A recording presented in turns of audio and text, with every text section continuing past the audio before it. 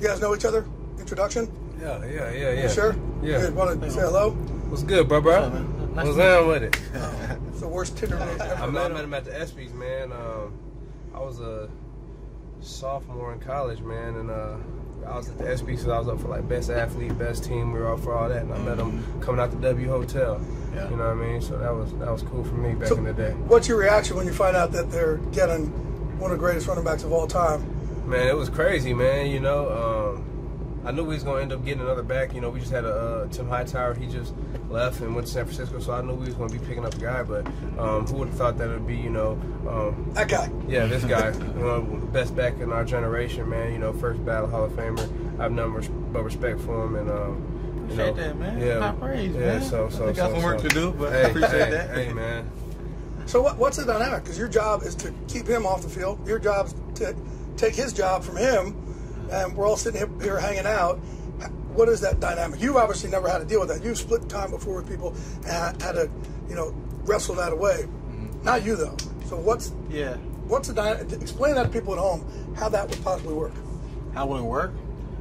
You know, coming into this situation, I knew what type of role I would be playing, you know, and obviously watching Mark and seeing his style of play, you know, it was something that I wanted to be a part of, that come in and help contribute, you know. So right now we're going through that process, especially even more so for me, because Mark is doing a great job of, you know, pouring out different things because he's been in this offense, you know, that's really helping me develop. So when it's time to get on the field, whoever that's in there, we're gonna execute our job and do what's best for, you know, our team at that moment. But you see, like what I'm talking, the dynamic, right? It's like, hey, my job is to beat him out, but try and get him better.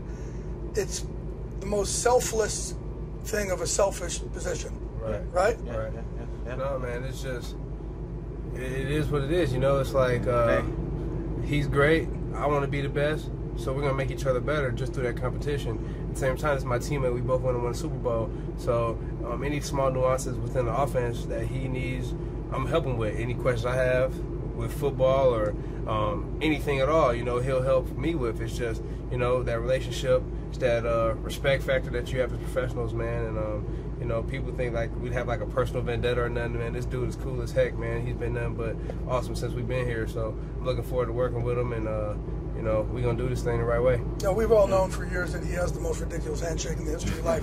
When you first met him and shook his hand, did you think like, man, this guy's trying to bow up on me all of a sudden? Yeah, I'm like, listen, I was trying to give him a little dap, you know, a little pound, like, man, about to crush my knuckles. Right? I wasn't ready for it, you know. I get that a lot. Yeah, you get that a lot, yeah. No, but, you know, that's, you know, they say a first impression is everything, so, you know, I guess he leave a strong one on you. It certainly does. I try to put a little stain in your memory a little bit. So, how surprised were you that you didn't have a lot more suitors for your service?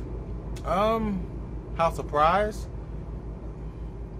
I had more than people knew about, especially the week of the draft. Got a call from a couple different teams that, I'm not going to mention any names, but you'll be like, wow. Who we got? Like, wow, okay. Why would they do that? But at the end of the day, I knew I was coming off the injury.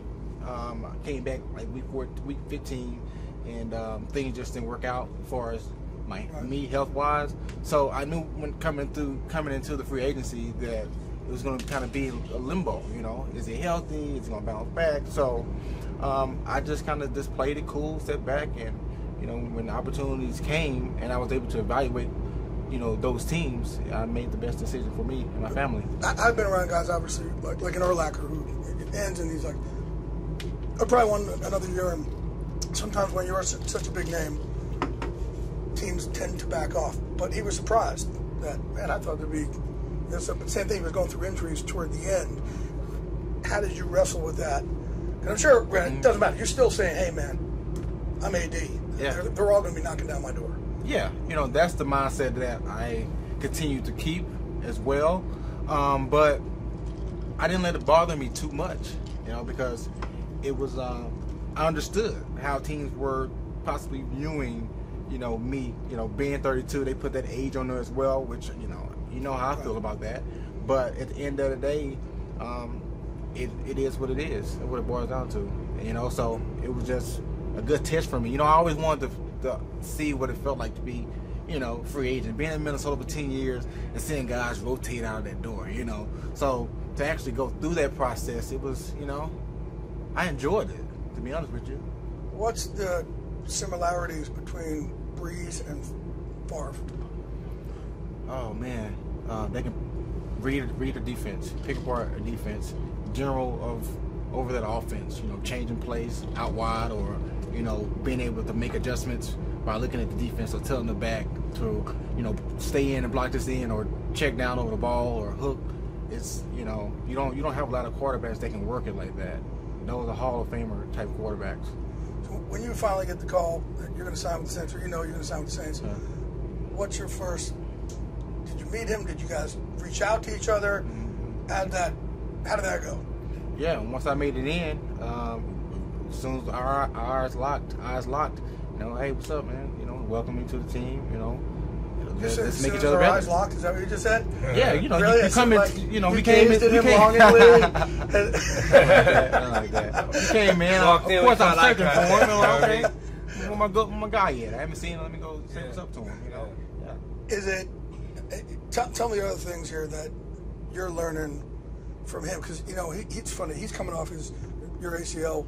I remember your trainer up in Minnesota and the coach, and you were saying to me, like, can you tell the trainer, coach, you knew I was friendly with him, I'm good to go. And they were saying to me, like, we're holding back because we just haven't seen anything like this. Right. He's just not from this planet, which you're not.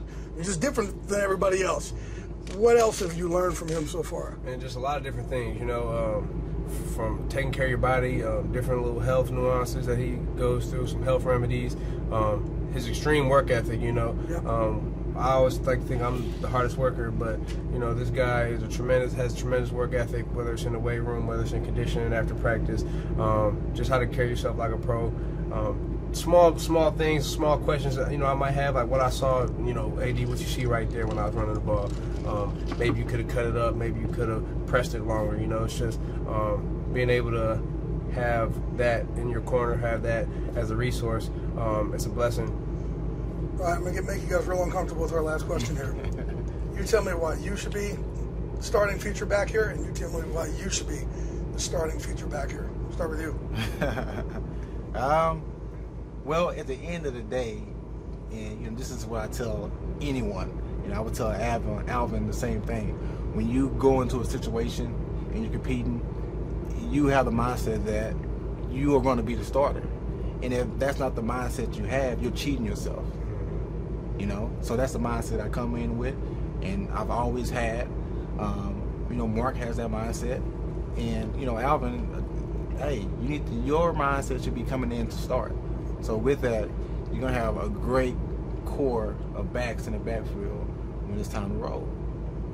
Yeah, man, like he said, man, no matter who's in the room, no matter what you think, I feel like I'm the best running back in the league.